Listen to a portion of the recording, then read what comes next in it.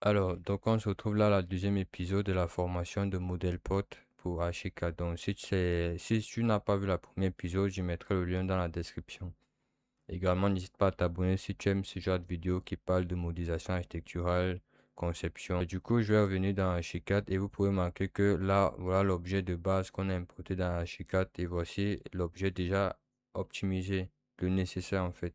Donc voilà le nécessaire de l'objet. Vous voyez que les textures apparaissent, c'est très différent. Vous pouvez faire ça pour les canapés, pour tous ces éléments.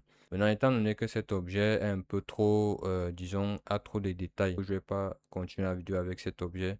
On va maintenant plutôt aller sur un canapé. Ce qu'on va maintenant faire dans le deuxième épisode, c'est vous parler comment gérer les bibliothèques, comment gérer les paramètres des licences et tous ces autres éléments. Et puis à la prochaine vidéo, on va voir comment optimiser vraiment de A à Z avec un niveau de détail extrêmement poussé de vos objets.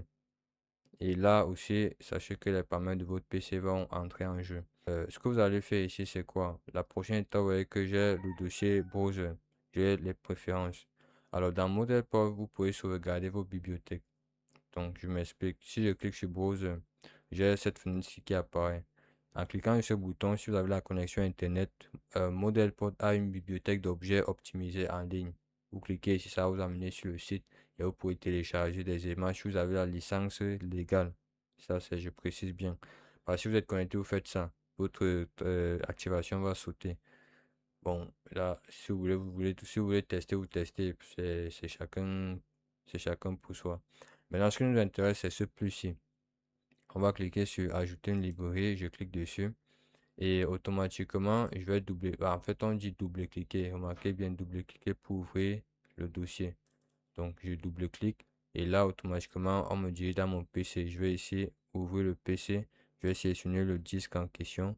Je vais venir dans les objets. Ok, je vais venir dans les objets. Je vais prendre, vous voyez que ma bibliothèque est extérieure, intérieure. Je vais entrer dans l'intérieur et je vais par exemple prendre, bon, non, je vais pas prendre, je vais prendre tout en fait. Plutôt que de faire ça, je me place ici et je vais mettre OK. Là, automatiquement, ma bibliothèque 3DB, bibliothèque d'objets, a été insérée dans mon dépôt. Si j'ouvre cette bibliothèque, j'ai l'extérieur, intérieur. Je ouvre l'intérieur. J'ai les différents dossiers de l'intérieur. Je ouvre le bureau. J'ai les différents objets du bureau. Donc, c'est aussi simple. Je vais par exemple prendre, je vais prendre celle-ci, celle-ci. Hein. Bon, je vais prendre celle-ci. Je double-clique. C'est tout. Donc, quand vous avez inséré votre bibliothèque dans Moodlepod, vous venez juste dans Moodlepod, vous double-cliquez. Vous n'avez plus besoin d'aller dans votre PC chercher. Non. Vous l'insérez dans votre Moodlepod. Et quand vous voulez travailler, vous partez dans votre dossier, vous double-cliquez sur l'objet que vous voulez travailler avec. Actuellement, ça vous permet de faciliter l'utilisation de vos bibliothèques. Donc, en gros, j'ai double-cliqué, ça m'amène directement ici.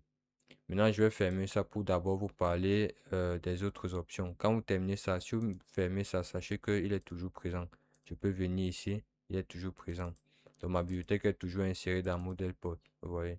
Donc, je viens là, tac, il est toujours présent. Je peux ajouter autant de bibliothèques que je veux. C'est vous qui voyez. Bon, la suite maintenant, c'est quoi? La suite, c'est les préférences. Quand vous cliquez sur préférences utilisateur, vous avez ici, en général, vous avez ici votre carte graphique. Moi, mon PC a deux cartes graphiques qui sont pas très puissantes. Donc, un Radeon Pro WX 3100 et un Intel graphique 620. Et là, vous avez les paramètres liés à ces différents éléments. Et là, vous avez les couleurs. Ici, plugin. ModelPort fonctionne avec des plugins intégrés. Donc, toute la puissance de ModelPort, c'est lié à ces différents plugins.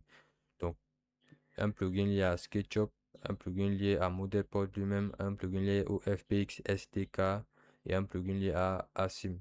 Donc ici, vous pourrez rien faire. Vous avez juste c'est juste pour une information.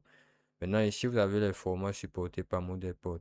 Donc ModelPort ici, il supporte le format SketchUp, SKP, le format Max, QuadX Max, Autodex, la version actuelle. Il supporte les formats FBX, d'Autodex FBX, le format OBG, le format DAE de collab comme Lumion. Donc si vous avez un objet Lumion, vous pouvez le retravailler avec ModelPort. Il supporte le format 3ds. Le format 3DX Studio, c'est l'ancienne version de 3DX Max. Et il supporte le DX, le ABE, le Blend, point Blend, ça c'est pour Blender. Et également le X3D, donc ASIM.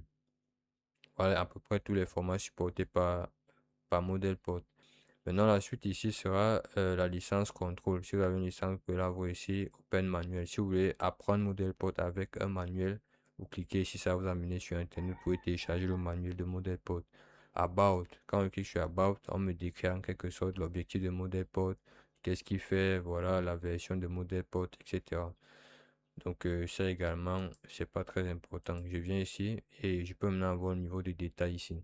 Donc sachez que quand vous entrez dans l'interface même du paramétrage des éléments de Modelport, vous aurez ce niveau de détail ici là-bas. Mais sachez que de base, vous pouvez dire que vous voulez importer vos objets avec un niveau de détail précis. Par exemple, si comme tout à l'heure on avait un objet extrêmement détaillé, ouais, ça fait que lors de l'importation, pour ouvrir l'interface, ça prend énormément de temps. Vous pouvez donc décider que, bon, de base, quand vous importez vos objets, de base, l'objet soit avec un niveau de détail très faible, très schématique. Ça vous permet de directement ouvrir l'interface. Et puis, depuis l'interface, vous allez donc basculer dans l'un de ces niveaux de détail. Ça va plus charger autant de temps que si vous partez directement sur un niveau de détail élevé. C'est en quelque sorte l'idée. Donc j'espère que cette vidéo vous a plu. C'était tout pour la deuxième vidéo. Donc savoir que vous pouvez sauvegarder vos bibliothèques, savoir que vous pouvez jouer sur les paramètres pour changer les couleurs, les préférences, etc. Jouer sur le niveau de détail depuis le plugin même, depuis l'onglet. Donc j'espère que vous a plu ce cas ici des pouces bleus, pensez à vous abonner. On se dit à la prochaine pour la troisième vidéo. Ciao.